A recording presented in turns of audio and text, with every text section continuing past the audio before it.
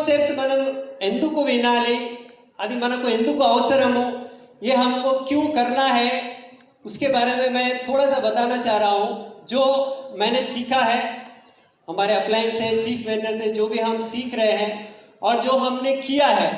उसमें से मैं 2-3 बातें बताना चाहूँगा। एक स्टोरी है और वो स्टोरी थोड़ा सा हमको इस बात पे समझने के लिए सपोर्ट करेगा। एक कराटे मास्टर था, karate master okay karate master అంటే అర్థమైంది కదా कराटे మాస్టర్ దగ్గర అందరూ కరాటే నేర్చుకోవడానికి వస్తారు వచ్చిన తర్వాత ఒక స్టూడెంట్ వస్తాడు स्कूल गोइंग अब्बाई उठाड़ो एक स्कूल जाने वाला लड़का आता है उसको एक हाथ नहीं रहता है वो कराटे सीखने के लिए आता है तो